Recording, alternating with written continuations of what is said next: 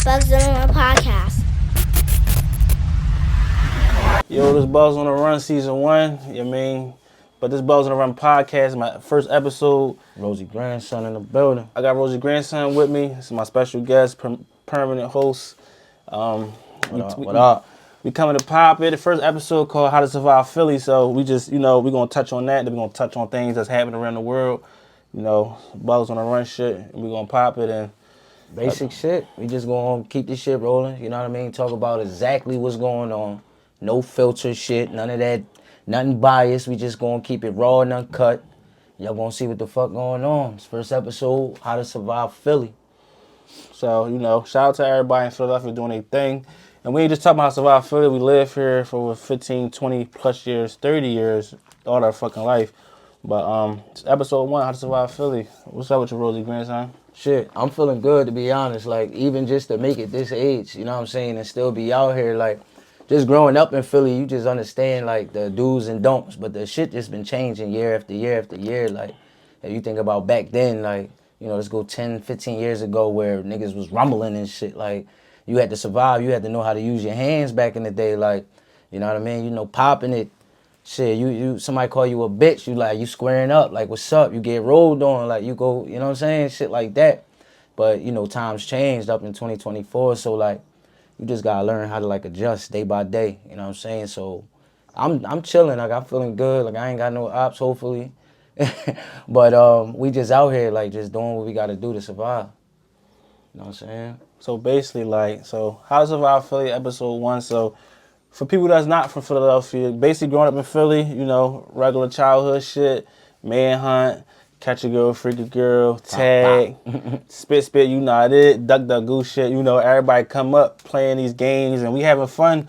Niggas got childhoods, niggas be trapping and shit, but over the years, shit has changed. So how you feel about, let's talk about Philly from the 90s to 2000, what was your take on that type shit? It's so crazy because, like, when you think about survival, it's like levels of survival, right? And it's about, like, before you even get out in the streets, if you just talk about 90s to 2000, like, we more like school and shit. You had to survive, like, getting fresh, like, just designer, you know what I'm saying? Like, you had to even be a part of the in crowd, you had to have that shit on, you know what I'm saying? Like, so, you wasn't even accepted. You was, like, a outcast and shit. So, like, just trying to survive in that era, trying to keep up with the Joneses, that shit was a little different, but, like, back then you had to learn how to ball. You had to know how to play ball, or you had to be the freshest nigga alive. You know what I'm saying? Back in those times, AI was still out, so we had to get the braids and shit and all of that. But, like, shit, I was watching my OGs having turf wars. You know what I'm saying? So it was, like, all about where you was from.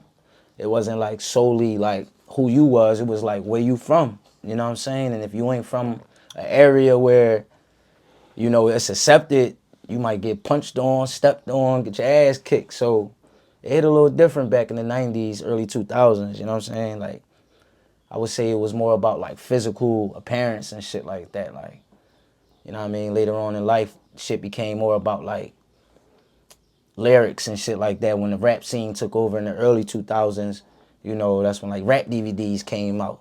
And then now everybody's seeing you like this and shit. Like, now shit getting around a little faster because the DVD will come out. Next thing you know, these niggas is dissing these niggas.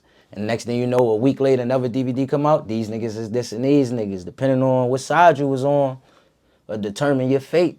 You know what I mean? So, I don't know. I would say, like, just to answer that question in a nutshell, I would say, like, just like how you carried it more so, your personal, how you carried it on a day-to-day would determine how you survive and shit, like. Based off of where you was at, you know what I mean? No, that's definitely some real shit. I did want to say, like, that rap era, because niggas, that 95, that 2000 shit, that rap shit played a big part of niggas, like, the fresh shit, how niggas, like, dress and how niggas, like, see, my shit more so, like, we in two different, like, ages, but my shit more so, like, we kids, we having fun, we coming outside, we don't really have nothing to worry about. This is 2000 shit. You got fucking...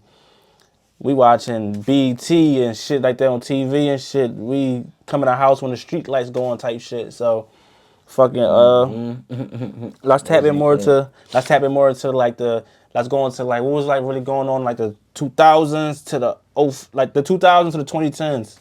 What was the survival tactic or what was going on around that time on survival shit that you think? Later on, around that time, I would say like that shit was about getting money. Like that was more so about the getting money. Like a lot of niggas was like coming out of high school or just getting in high school. So it still was about being fresh. That always been a thing, no matter what. You could take that shit back 30, 40 years when niggas had the big, thick gold chains and shit, the gold ropes around their neck. But like around that era, I feel like it was about getting that bread. Like the nigga who always had the money, the nigga who had the car, whoever had the car back then, you get the girls, you get the bitches. Once you get the bitches, it's a wrap. So it was like, if you had the baddest bitch or if you had the most money or the thoroughest car, that's what put you above a lot of different niggas. But what came with that, a lot of other bullshit came with that shit too, like jealousy, envy, niggas paying attention, counting your pockets, seeing what type time you on, watching your moves, and then they try and copy and paste.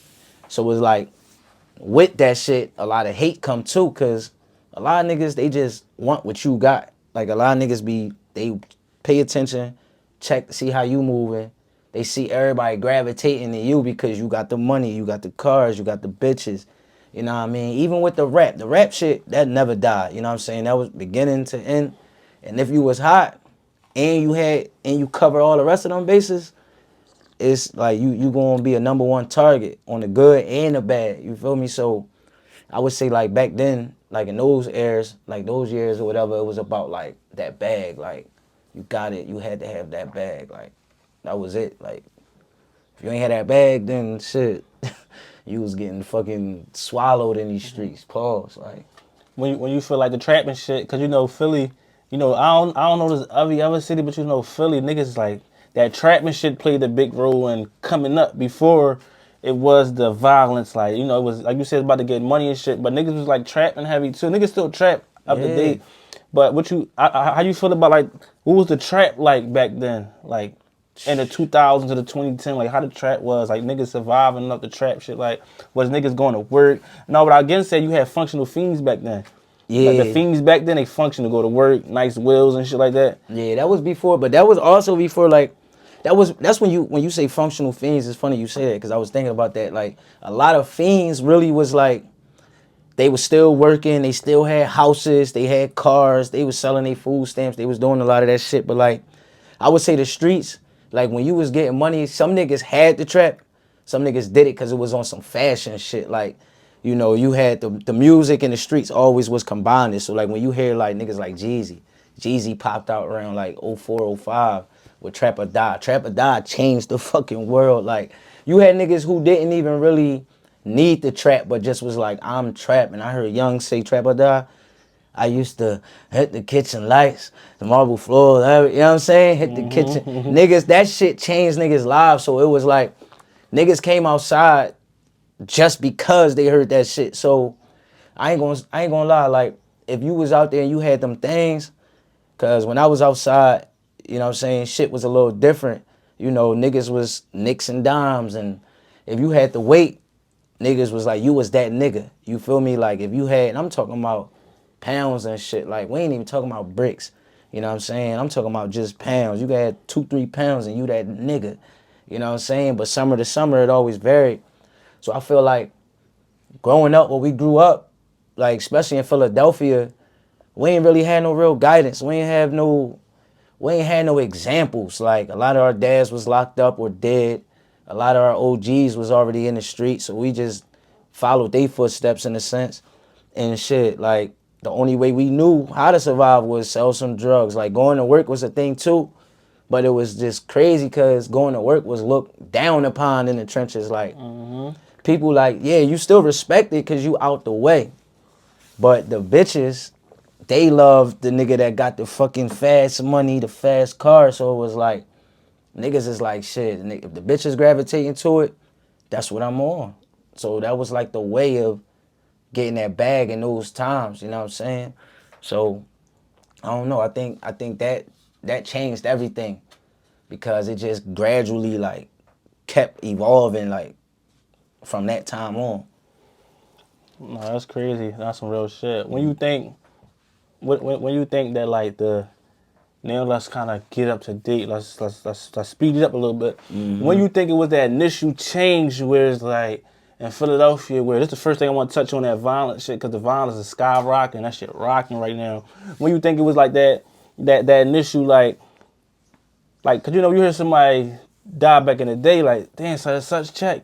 That shit be like, damn, that's crazy. But then it was regular, that shit, like, we inherit that shit to be regular, and niggas get numb to that shit. When you think that shit, like what time you think, like, when did it switch over to in Philadelphia, like, where it's like, all right, somebody get killed is big, like, oh my, like, this nigga, somebody, he just got killed. But when you think it switched over to, like, damn, this shit coming to normal, what year in Philadelphia that you think that it was, like, getting crazy? What was the turnover point? I'm going to say, for me, I'm going to say, like, late to, like, close, like, 2020. Like, around, like, right before the pandemic. Like, around the pandemic, everybody was getting money because they had a bunch of shit going on, like the PUA. Everybody was running that shit up. But when that shit ran out, man, that shit turned, the city, it was Gotham City after that. Like, a lot of niggas started dissing each other. I mean, that dissing shit been a thing, but that shit got more personal. Like, that's why I always say the music always come together, because you think about shit like Chicago, you think about shit like all these other cities where like King Von was like known for dissing the dead. And a lot of niggas started to gravitate to that. But we used to, as Philadelphians, we'll look back and we'll see some shit like, whoa, that nigga just said rest in piss to his dead homies and shit. Like, where coming from where we come from, you can die. Like, you can die for saying some shit. So that always was a no-no. But niggas started to gravitate to that way of dissing and getting a message across. And I'm going to say, like, I mean, it probably go back before that, but I'm going to say, like, it went crazier around, like, 2020 when niggas just stopped giving a fuck because it was more popular and niggas trying to get their name up, get their clout up. It came less about the beef. Like, before it was like you really had to do some shit. You had to, stab a nigga, kill a nigga, really do some shit for a nigga to really want to retaliate and take your life. Now you can just a comment can get you smoked. You know what I'm saying? But that's my generation. How you, like, what year you think that shit changed? Like, what you think about that shit? I want to say, like, closer to PUA times, 2020 shit, but, like, leading up 2 years, like, 18 niggas going through little shit, 19 niggas going through shit, but 2020 hit the peak when niggas got that bread, niggas dissing, and then the rap shit popping. See, in Philadelphia, people that's not from Philadelphia, when you popping with that rap shit, niggas don't like that shit because you get clout off of dissing other niggas, and that shit work. You feel me? That shit work, and it's like dropping niggas and killing niggas is like is more clout than my song hot as shit. And niggas, my man Dirk say, we don't go off names, we go off murders. But no, that's just some funny shit because niggas in Philadelphia, especially the young niggas that's rapping, niggas that's popping, the drill rappers, they really base their shit off like, we gonna slide, we gonna put this shit in the song, this shit gonna go, and the record label's gonna buy that shit, so. And always in Philly, niggas love reality. Mm-hmm. We always been one of them cities where like niggas, they like real shit, they like raw shit. So nigga, if a nigga spin a block on you, they gonna put that shit in a rap, the fans gonna gravitate to it because they know that shit really happened. So these niggas was even like getting motivated. They was getting motivated to really slide just to put it in their raps. You feel me? Like, shit got really real, like you said, leading up to 2020, but that shit hit the peak because once niggas got money, niggas start buying guns.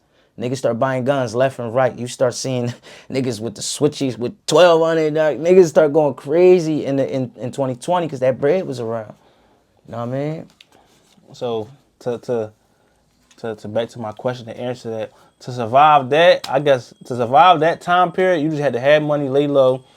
Just if you in the streets type shit, like have your bread, lay low, and just move smart. It's hard as shit to move, but it's easy too, cause like you can't be posting shit, little shit like that. But all right, let's speed it up and shit. Like we still. So how you think niggas surviving let's talk about this, cause this big in Philly. I don't know if other cities is, but like child support. It's some funny, dumb shit, but niggas in Philly, everybody be going through child support, stupid shit. Like, how you think niggas survive that shit? Like, how can you survive that shit? I'm gonna be real with you. and this shit, niggas ain't gonna wanna hear this shit. You just stay on your baby mama best side. I'm dead ass. Like, if you don't want that shit, cause once she put them folks in there, she out the question. Cause them folks, they take over and they looking forward for you to be pissing your baby mom off. Cause the second you get in that system, it's hard to get out. So do whatever you gotta do. Cause it's niggas out here who take care of their kids, pick them up, do everything they gotta do. Baby mom bitter cause she don't, you don't want to fuck with her no more, or whatever the case may be. But that's the shit. It's like with these bitches, with these women, they so emotional that they going to try to hurt you by any means necessary. So they do little shit to try to get under your skin, and everybody know that. They going to say certain shit, do certain shit, you know what I'm saying? But once that shit start working, that's like they ultimate goal. I'm putting you on child support. So, like, shit, I would tell niggas, just stay on her best behavior, bro. Like, I ain't saying sell your soul, but, like, these bitches got that fucking court on speed dial, and they'll roll you up in a second. So just stay on their best behavior. That's the only way, because once you in that system, bro, that shit ain't no getting out unless they voluntarily get you out or you paying that bag. Because at the end of the day, you gonna have to pay that bag, no matter if you pay it now or later. That shit gonna keep racking up and keep racking up. So just stay on their good behavior, dog, and do what the fuck you gotta do. Like, but on the flip side, you do got people that actually don't do shit for their kids and don't actually be in the picture and don't. So you do got people who actually, you know what I'm saying, if they is on child support, nigga, you probably belong there. But you got a great ratio of motherfuckers that don't deserve to be on child support that's on that John just out of bitterness. You know what I'm saying? So I would just say stay on that bitch best behavior. Real shit. To stay on the Philadelphia topic, let's jump right into it. How you feel about that Meek shit? Like, you think that Meek shit, like let me get checked before I give you my intake on it. Yeah. What you think about that Meek and all that Diddy shit? Like, how you feel about that shit? I ain't gonna hold you. I feel like with that shit, see, Meek, like, it's crazy because when Meek was in the news, for the Drake shit years ago, it's like whenever a nigga start getting some type of slander or some type of like shit coming at him, it just opened up doors for like everything else that's going, all his other flaws. So like the Diddy shit, I feel like, man, if you from the city, you know that shit cap. Like, you know that shit is false bullshit. But Meek, I feel like Meek fucked up when he showed that it bothered him. Because when that shit first came out, he went crazy on Twitter trying to defend himself. And it's like, nigga, you ain't got to defend yourself, bro. We already know, like, we know that shit cap. But, the trolls and the internet, they going to go crazy. And the second you show, like, this shit's bothering me, oh, man, they going to the max. So I feel like that fucked him up in a sense where he started putting paragraphs and all that shit. Like, Meek, nigga, you rich. Like, you fucking rich, nigga. Why are you worrying about this shit? Because it was like day by day, Diddy shit was coming out. This dude, that dude, this chick, that chick. Meek was just another fucking person, another pawn they was using, but he fed into it. So I feel like if he just let that shit rock, because if you look at what's going on with Diddy, that nigga ain't saying shit. So it's kind of getting old, like, and it's kind of like they dragging it out at this point. Now they trying to go money and taxes and all of that. But when that shit opened up the door, when it opened up the Meek conversation, then you starting to see other niggas getting involved. You got Quilly, the boy Dean that used to fuck with him, all of that shit. And us Philadelphians, the shit we don't know, we just sitting back getting the information just like y'all. But it's just opening up the door for niggas to like really build their own opinions on this shit. And from outside looking in, I've been saying for a while, like years, I be like, damn, why Meek ain't putting nobody else on, bro? Like, what's that about? And he'll co-sign 1 billion niggas. He'll post you 1,000 times, all that shit. But this Diddy shit really just reopened the conversation about who Meek Mill is as a person. And then you seeing too many people talking about it, and it's like, damn. It's reassuring niggas of a lot of opinions that they had way back. And Meek will come out and he'll say, oh, they hating. And we know we from a city where niggas is going to hate. But on some real nigga shit, we got the best pens in the city, in the world. Philly got the best pens in the world. I don't give a fuck what you say. Come on, bro. But it's like, when you not putting them niggas in position, it's like, it's starting to feel like, damn, maybe what niggas is saying is true. And that's only going to make other niggas start looking at the Diddy shit. The people that's not from the Biddy. The people that's just from another city that's just watching this shit like we is. Damn, is this shit true? Even though we know it ain't. So, I don't know. I feel like just him from the beginning responding to this shit, showing that it bothered him, that kind of fucked him up in a sense. You know what I'm saying? Like, how you feel about it, though? How I feel about that shit, like, fucking, I feel like all that shit cat. I feel like the Dean shit, like, you know what I mean? That's good content, by the way, on that academic shit. I fuck with all the content, the Philadelphia shit, everybody getting popping and he shit, using like, these niggas, and like, it's crazy. Mac is using niggas. I feel like the Meek Mill shit, I feel like that shit cap. I feel like, you know, Meek probably was bored in the crib high on Twitter, like, nigga tripping, like, what regular Philly niggas do. I look at it like, yeah, Meek got the M's, he got the shit, but he's still a nigga from the Philly, just like us. So you feel like he should have defended himself? I feel like, even though it's not true, like being on that platform that he is, do you feel like he should have tried to set the fucking shit clear or whatever? Like, I feel like as a regular nigga, yeah, but since it's Meek Mills and he this person and this and the third, like the Diddy shit, what the fuck does Diddy shit got to do with me even putting niggas on? Now that's some inner circle homie shit, like that's a whole different shit. But the Diddy shit, no, I don't believe that shit. I don't believe he gay. It ain't, but that's the only reason why I said that is because it just opened up the conversation of Meek Mill as a whole. Like, you feel me? Like, it get down to that. That's why niggas start talking about that. But like, the Diddy shit was just the door opener. But if you look at niggas, like, I ain't even smelling Philadelphia, like, I was watching a Skrilla interview on Adam 22, and Skrilla, like, nigga, I don't even know him, but, like, I don't believe that shit, like, Meek hold the city down. That's how I look at it, too, like, where was niggas at when fucking his levels was coming out, and I'm a boss, like, Meek was holding niggas down for summers with this hot music, and he grinding, not knowing what he got, type shit, like, and I don't really fuck with that.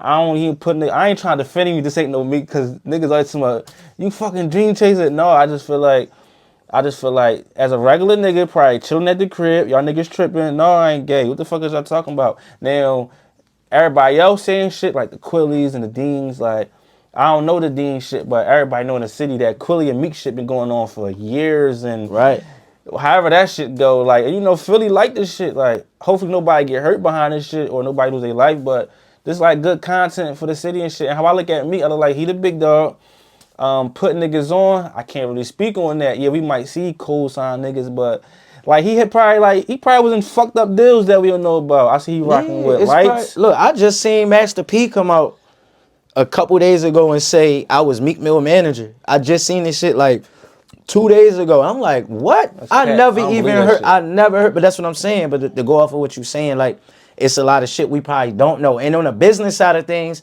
I do understand, like, it's always going to be some shit we don't know. It's always some like that. When you get to that white and black paper, it's a lot of shit that go behind that. But dog, he just had the 10-year anniversary of Dreams and Nightmares, last year, 2 years ago? So he been in the game for over a dime, bro.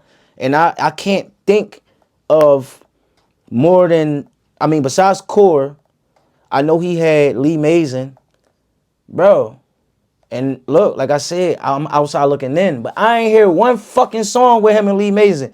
And he had Nicki Minaj. He was married to Nicki Minaj at the time.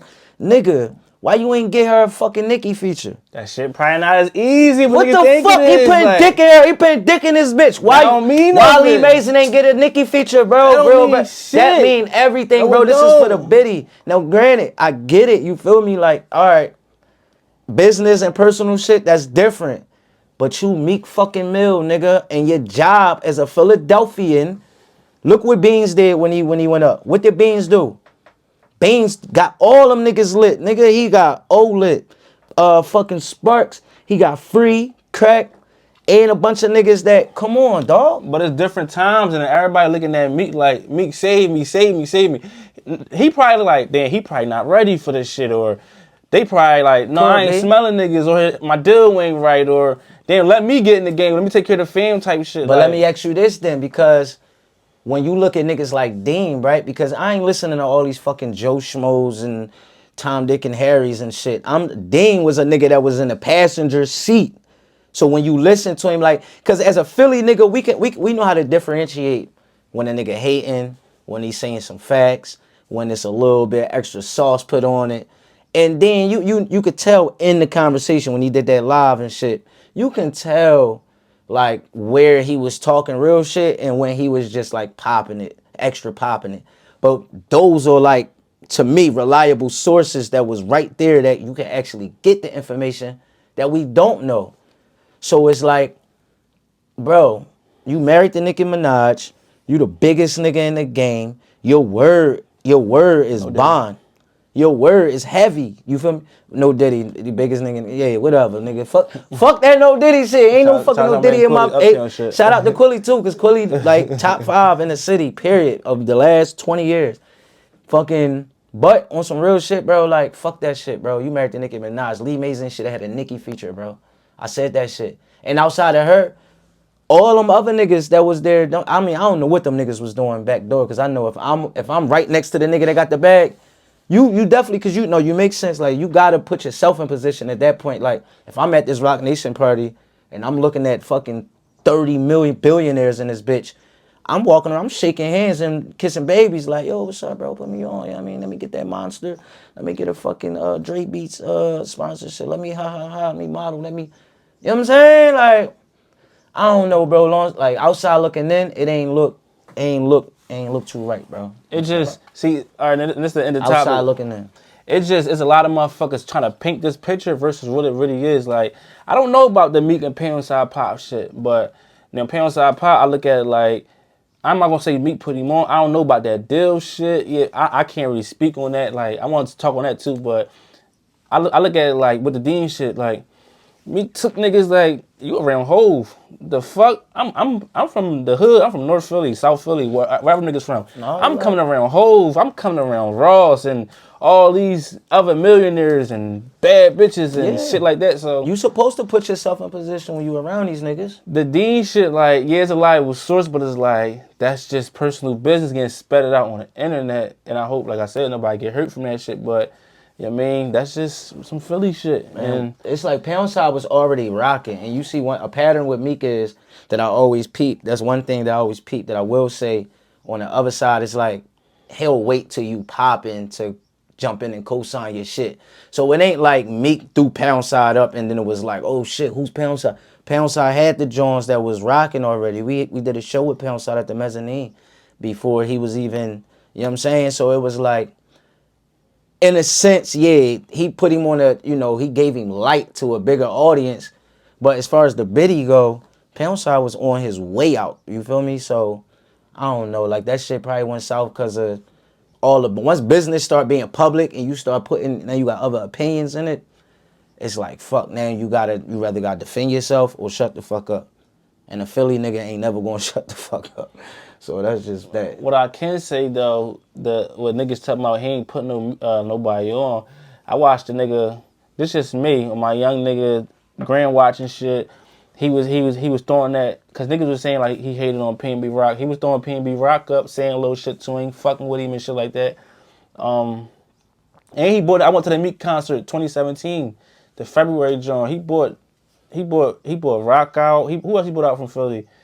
I don't know if he brought out, but I'm just saying when that time Rock was on his come up, like he was gonna get his deal and shit, but he was bringing niggas out, showing love. No, he was. And I ain't trying to be a Meek Mill defender. I'm just saying like I don't believe the allegations, the Dean and Meek shit, that personal homie shit. It's like you can't even touch on that. It's just the haters gonna, the haters going to touch on it and like niggas ain't rocking with Meek or niggas ain't rocking with Dean. Just gonna go against whoever type shit.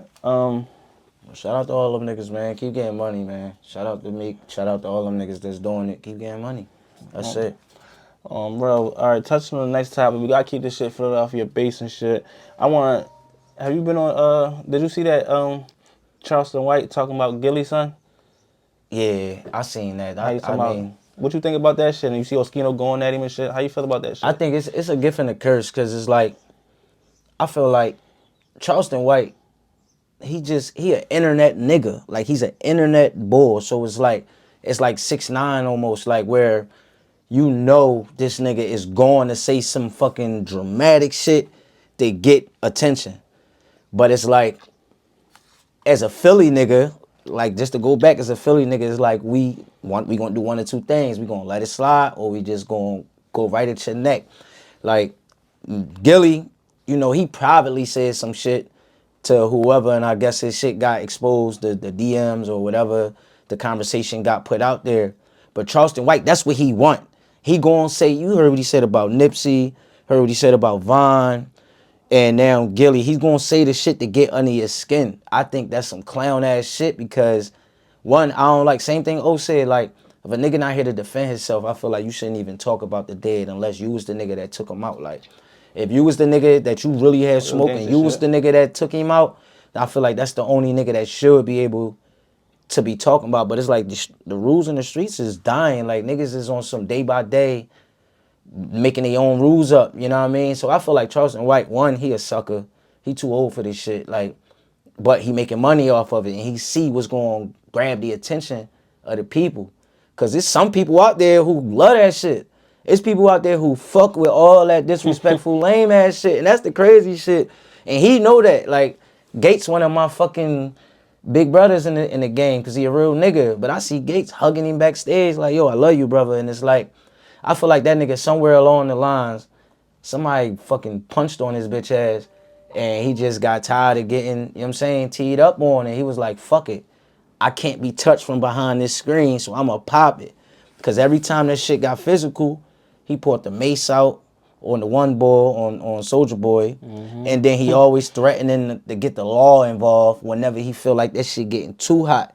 So I feel like as long as he could be behind that phone, behind that camera, and he away from any physical confrontation, he gonna pop that shit to the death. So I feel like niggas need to understand that about him and niggas like that, because you gonna crash out trying to respond to a goof that is for real, terrified out of his fucking mind.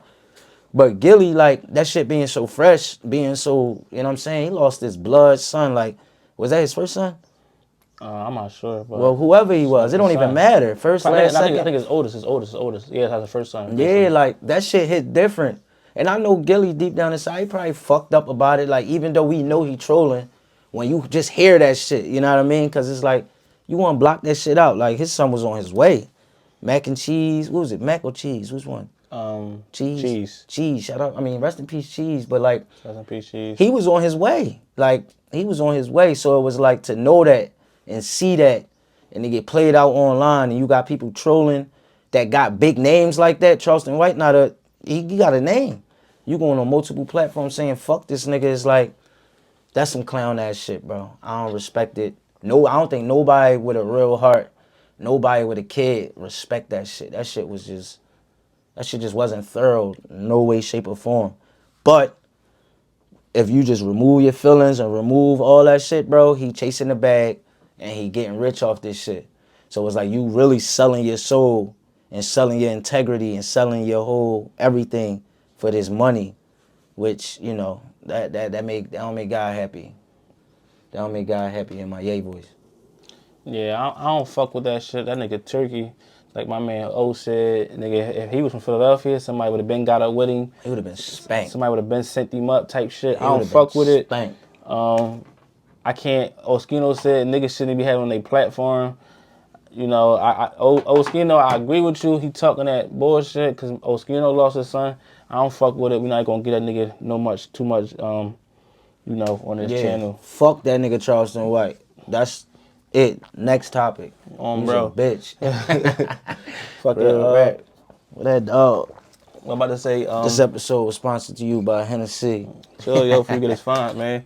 What I'm about to say.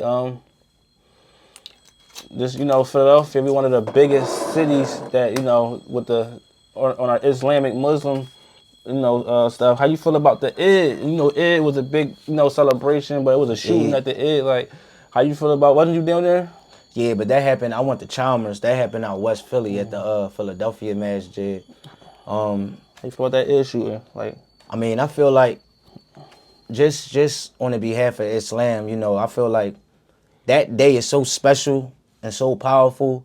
You know what I mean? Like, Eid is just like one day where all Muslims come together no matter where you from, no matter what side of the world, no matter what you stand, you know, because you got a lot of different Muslims who look at other Muslims like they not carrying it the way they should be. That day, to me, I feel like all beef, all everything should just be put to the side.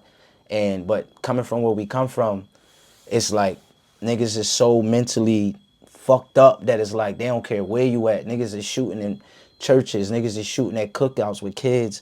Niggas is shooting out on the bus, not worrying about who they hitting, not worrying about who they killing. They just want their target. So to see like niggas that'll actually fully articulate a whole plan, put the garbs on and put the, you know, the kimars and the hijabs and all of that to come and take out their target. I feel like one, it was a disrespect to Islam, and I heard it was actual brothers who did it. You know what I mean? Like real Muslim brothers who did it. So I think that was just a slap in the face to Islam, to our God, and to all the other brothers that was there to pray in peace and bring us together. Because that one day, man, it just feels so good. At Chalmers, it was a beautiful day. You know, like what you just see over 400 or 500 brothers praying together and just shaking hands and loving each other and hugging. And you just feel like that's one day where in Philadelphia, nothing else matters but this moment. Like this day. Eid is like that day where everybody come together is, to me, everything else should have just been put to the side. But coming from where we come from, it ain't no day off when it come to this slide and shit. So it's like, I don't know. I wish it didn't happen. Thank God nobody lost their life. Ain't nobody died, right? A couple people got hit. I know some little girl broke her leg, got hit by a car or something like that. But like, inshallah, man, everybody recovered and hopefully nobody died. I don't want no retaliation. But being from where we come from, people see that's an opportunity to catch this nigga I've been wanting to catch lacking. You know what I'm saying? That's an opportunity where they know. But it's just like, to go back to early on when we was talking about surviving in the early 2000s, you had people that was sliding, but they'll be like, you know what? I'm going to get you. You out there with your mom, you out there with your kids, your baby mom, I'm going to get you. No, we going to get that nigga. We going to spend. That's where it was like, it was more rules. It was more thoughts behind how you moving. Nowadays, it's like, it don't matter where you at, dog. It could be a fucking school graduation. If they say they op, you dig. So, I don't know. I ain't respect it. I didn't respect it at all. That was some lame ass shit. And it was just disrespect to our city, disrespect to the Islam, to the culture, to everything we stand for as Muslims. Like, that just wasn't thorough at all. Oh yeah, I don't fuck with that shit. I don't wish that on nobody, but that was some coward shit. Niggas clowns. I don't know. A lot of niggas was saying like you go to the hellfire for that. I believe in all that spiritual shit. Like you doing shit like that while niggas trying. Absolutely, especially when innocence is involved, or what they say, civilians, and like you can't like go for your target, my nigga. Like walking down, why you shooting from 50 yards away? Like if you really want this nigga dead, then walk him down. Why you gotta be shooting 50 yards? And these niggas is shooting with switches and shit and can't even control their gun, so they shooting and then you just everybody like that shit just, it's a bad look for us, bro. It's a bad look, bro. And then the only thing that come out of this shit, which niggas don't even understand, they just putting more and more laws in place, more and more police now. Like we can't even celebrate in peace. You feel me? Like when I went to Chalmers, before I even got to the yard, I done probably crossed 15 cops. Like it never was that many cops back in the day. Like never. Now they understand what's going on. They know like our city is fucking Gotham City, and they know like we just can't let these niggas just be free, because when you just leave it up to niggas, they gonna fuck that bag up every time.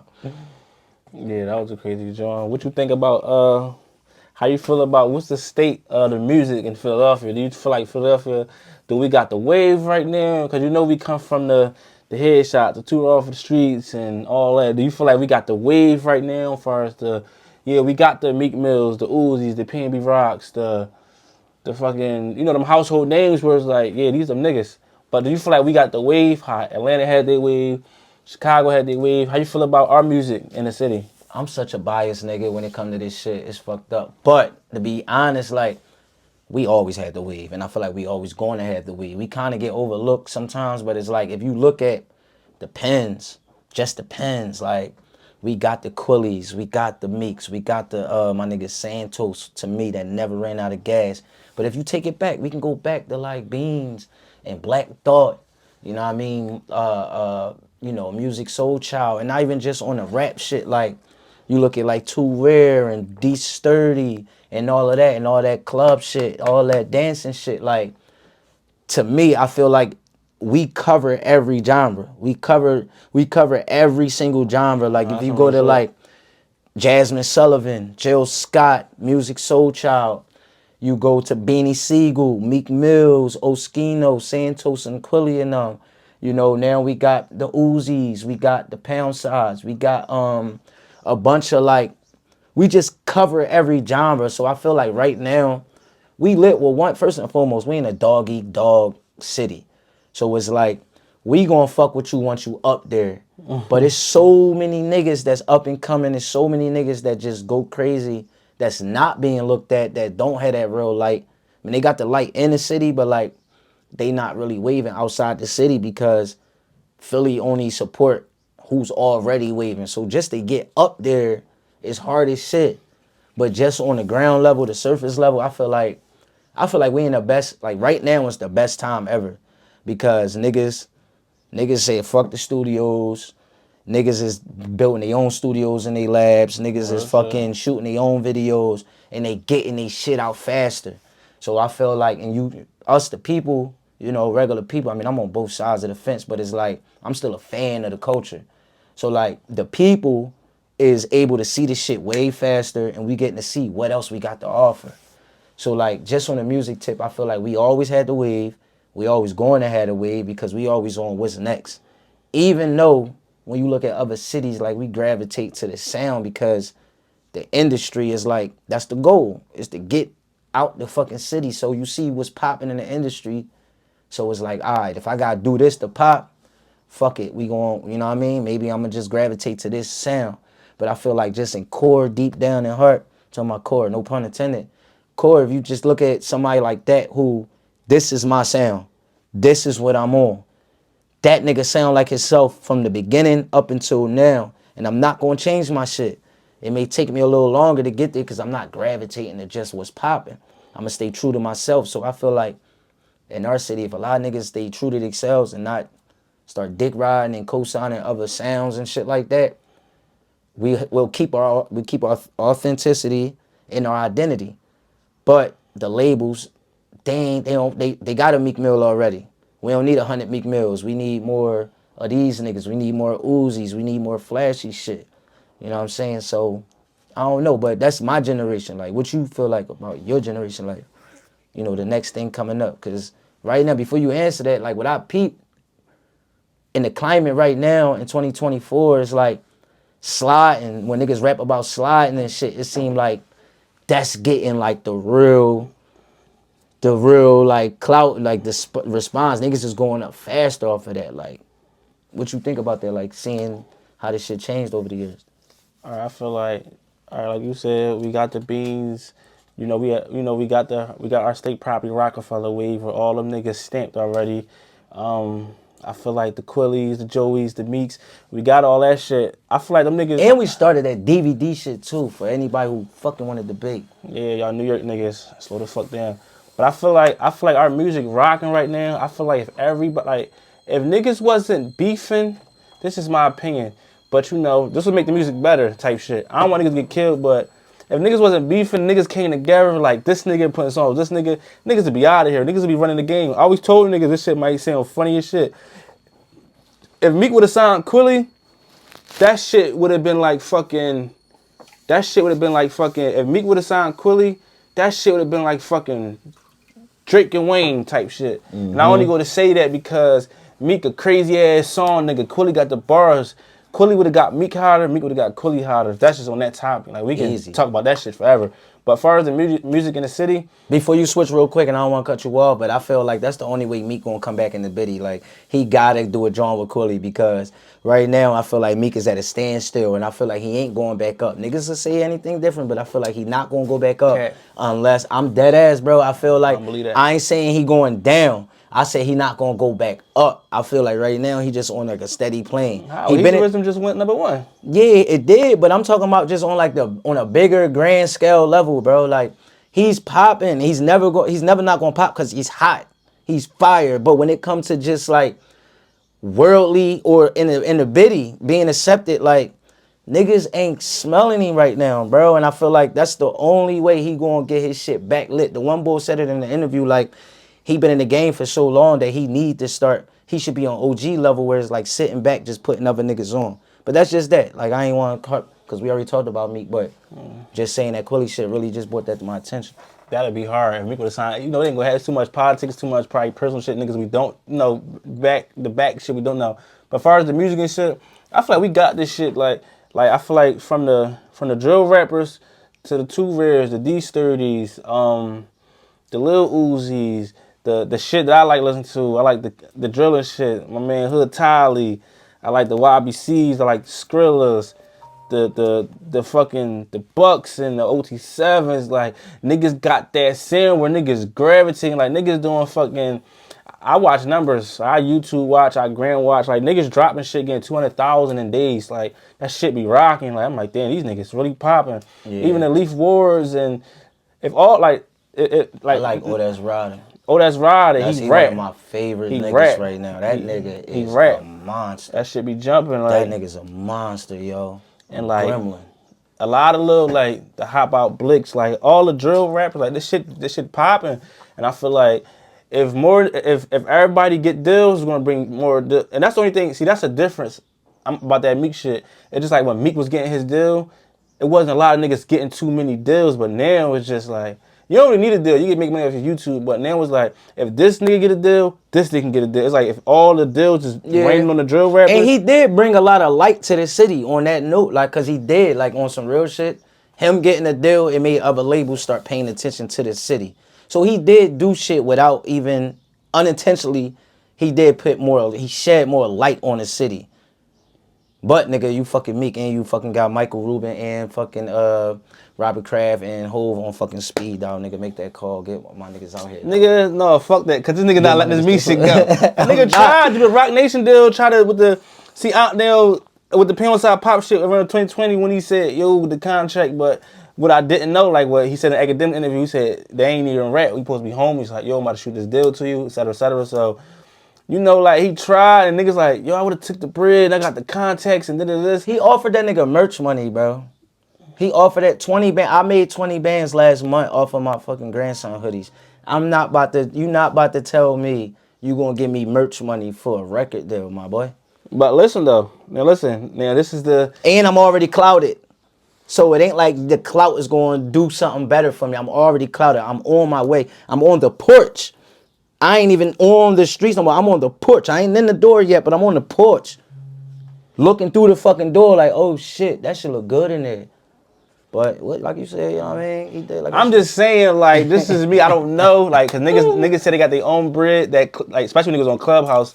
That Clubhouse shit was, like, they was going down on that Clubhouse shit. They was talking about that shit. Niggas got their own bread. But I'm just feel like, this is me. I don't know Panel Side Pop situation. I'm just saying, like, it would have been thorough if he took it, because them niggas, everybody got their own motion anyway. I'm just saying it would have been thorough if he took it, because I think that dub was just some starter shit. I think Meek probably like, here, bro, we'll go a beam. Here, move you out the city. That's just my intake. He probably would have made way more money once he got that deal, once he got in there, because Pound Side, his sound, his own style, he definitely got his own shit going on. And if you look at Dream Chaser's roster, they don't have that type of artist on a roster where his sound is the sound. Like, so it's like he would have grabbed the Trippie Reds already. I mean, he was already plugged in with Trippie Red, but just that level, the Rich the Kids, the Uzis, like, I feel like that would have been a good look for Dream Chasers. You know what I'm saying? Because he got a bunch of street niggas and rappers on the squad, but you know, like I said, the politics behind the scenes, the shit we don't know, you know, that, you know, it could have fucked us up. But for the shit that we do know, 20 bands is merch money, bro. I'm sorry. 20 bands is I'm not saying money. I agree with disagree with it. I'm just saying, like, we just never know how it would have went. We just know where it didn't go. And I want to go back. Y'all niggas better not think I ain't no Meek Mill, the Chasers, none of that. I just don't like this nigga Rosie Grandson saying like Meek is like he's at a standstill popping. Like, nigga, Meek can go get any artist in the future. I said artist. Any artist in the game for future for nothing. Like on some. That's if he wanted to. Like nigga go get. You know what I'm saying? Type shit. So do you believe he can still he can come out and have a #1 single? A #1 single, #1 album. That academic shit just painting the picture for a lot of niggas. He got a big platform, and he just like man, academics is for fucking high schoolers and fucking daycare workers. Well, like, he's trying to paint the picture, and like I be on the gram when Meek posts pictures. They saying the no Diddy shit and even niggas from that's like trolls and bots. Like we already know that shit not. That's a fact. Real. The real niggas, you won't see the real niggas. The real niggas be in the comments. They all the blue checks. That's what I look at. The blue checks be in the comments, and they still salute. And I still salute. I'm just saying realistically, like in a biddy though, like as a whole, nobody in the city think this nigga on no Diddy shit. Like even when Quilly, if you look at Quilly, all the shit that Quilly was popping, and Quilly, you know, Quilly gonna speak his mind. He wasn't speaking. Nobody that was talking against me was talking any Diddy shit. Like I said, it opens up the door for other areas of Meek to be discussed. And once niggas start discussing that, it start opening it up for niggas that didn't know the behind the scenes shit. Once they start getting different opinions, niggas just start to say like, damn, that's some lame ass shit. And niggas don't want to support that fuck shit. So that's why I said he will be at a standstill until further notice as far as the city go. You feel me? Now, like, let me go back to that point. These niggas that's just the Quillies, the Deans, the Pound Sign Pop, they popping it because they on these big platforms. Meek not saying nothing. Like he doing his little Instagram posts and shit. I just feel like the niggas that's popping it, like the fans is like kind of like you said, damn, Meek on this, we forced to believe it. Cause Meek ain't saying shit. If Meek come up with a big ass interview popping that big dog shit, that shit's gonna silence a lot of